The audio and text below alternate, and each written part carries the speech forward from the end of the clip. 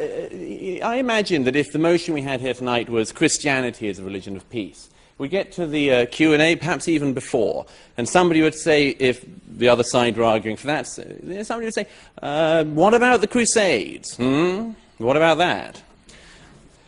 And then there'd be some other clever clogs who'd say, what about that Florida pastor the other week? That was a nasty business. That's Christianity for you. If we'd had tonight, Judaism is a religion of peace, the other side were trying to argue that. Sure as anything. There'd be people popping up in the hall tonight saying, oh, there's this bit in one of the Old Testament books, really, really bad.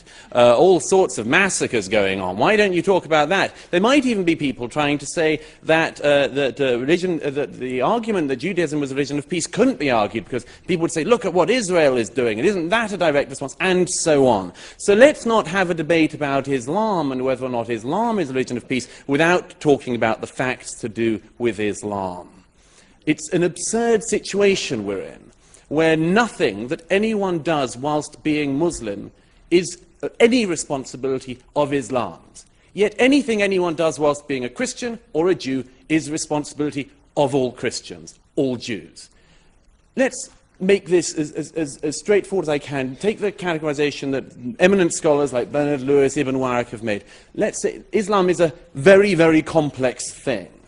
And the best way I can do this in the very short time I have is say you have three Islams. Islam 1, 2, and 3. Islam 1, the Qur'an and the life of Muhammad and the Hadith. Islam 2, the tradition of the Sharia. Islam 3, what Muslims do now. The first of those things, Islam, the Qur'an and so on, is bad. It is bad. There is a lot of violence in it. And what's worse, the peaceful verses are superseded by the violent verses.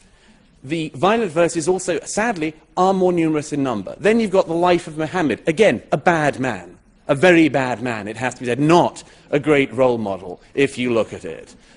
Takes child brides, abuses a small girl, multiple wives, himself a warrior, himself a war criminal, himself beheads Jews. This, I would have thought, would be a signal of not great peacefulness. Then you've got the tradition of the Sharia. Again, not great peacefulness. Still, no schools of Sharia that people in this hall would want to submit to. And thirdly, what Muslims do now. Thankfully, there is some hope in that one. Because most Muslims, thank goodness, I almost said thank God, but old habits die hard.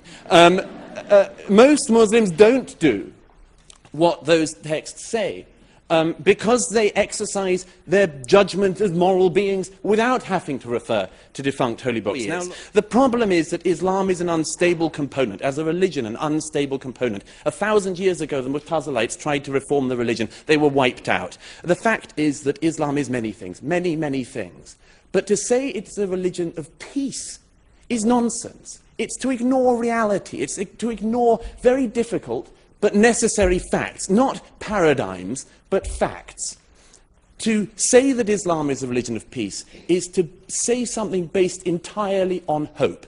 It's to elevate a hope into truth. And I hope, as you all know, history teaches us that's a very bad thing to do. Thank you. Thank you, Dr. Smart.